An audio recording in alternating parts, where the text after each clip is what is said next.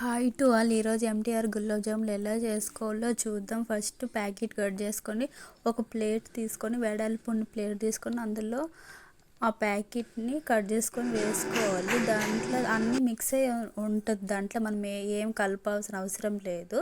కాకపోతే ఇందులో మెత్తగా సాఫ్ట్గా ఉంటుంది కాబట్టి నేను కాచి చల్లాల్సిన పాలు కొంచెం వాటర్ వేసుకొని చపాతీ ముద్దలాగా కలుపుకోవాలి. కలుపుకున్న తర్వాత 5 minutes అట్లనే వదిలేయాలి ఆ ముద్దని. 5 minutes తర్వాత చేతికి కొంచెం నూనె కానీ నెయ్యి కానీ రాసుకొని చిన్నగా రేగిపడినంత సైజ్ అయితే సరిపోతుంది. అవి మనం పాకంలో వేసినప్పటికీ అందులో డబల్ అవుతుంది. అందుకే అంత మన ఆప్షనల్, మనం పెద్దగా తింటామంటే పెద్దగా కూడా చేసుకోవచ్చు, కానీ ఇంత సైజ్ అయితే సరిపోతుంది గులాబ్ జాములు. ఇవి డబల్ అవుతాయి పాకంలో వేసినప్పటికీ. కాబట్టి ఇలా క్రాక్స్ లేకుండా ఉండలు చుట్టుకోవాలి. కొద్ది నెయ్యి అప్లై చేసుకొని తర్వాత పాకం కోసం ఫస్ట్ పాకం రెడీ చేసుకుందాం.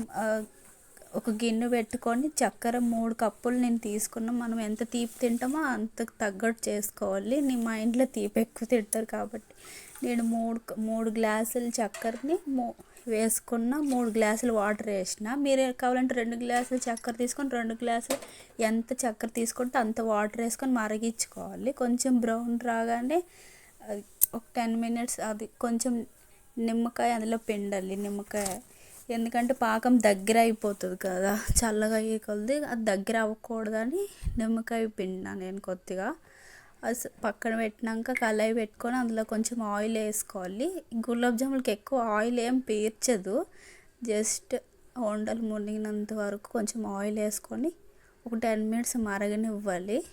అలాగే హై ఫ్లేమ్లో పెట్టుకుంటా, లో ఫ్లేమ్లో పెట్టుకుంటా అట్లా మీడియం ఫ్లేమ్లో ఉడికించుకోవాలి. ఎప్పుడు హైలో పెడితే మాడిపోతాయి, సిమ్లో పెడితే ఇంకా ఉడకవు. కాబట్టి మీడియంలో పెట్టాలి, హై ఫ్లేమ్లో అస్సలు పెట్టకూడదు. ఎందుకంటే పైన వేగినా కూడా లోపల వేగవు అనమాట, గడ్డలా కట్టేస్తాయి. కాబట్టి మీడియంలో పెట్టుకొని వేయించుకొని పాకంలో డైరెక్ట్ తీసి దాంట్లో వేసేది. అలాగే ఎక్కువ ఒక్కసారి వేసేయకూడదు, కొంచెం వేయించుకోవాలన్నమాట. అప్పుడే మనకి ఉండలు సరిగ్గా ఉడిగి ఇగోండి బ్రౌన్ కలర్ వచ్చినప్పుడే వేయాలి. మరీ బ్లాక్ అయ్యే వరకు వేయించకూడదు, మరీ తెల్లగా ఉండకూడదు అనమాట, మీడియంగా ఉండాలి. ఇగోండి చూపించినట్టు అంట్లో వేసుకోవాలి. ఫైనల్గా చూడండి ఎంత బాగా వచ్చినాయో గులాబ్ జాములు.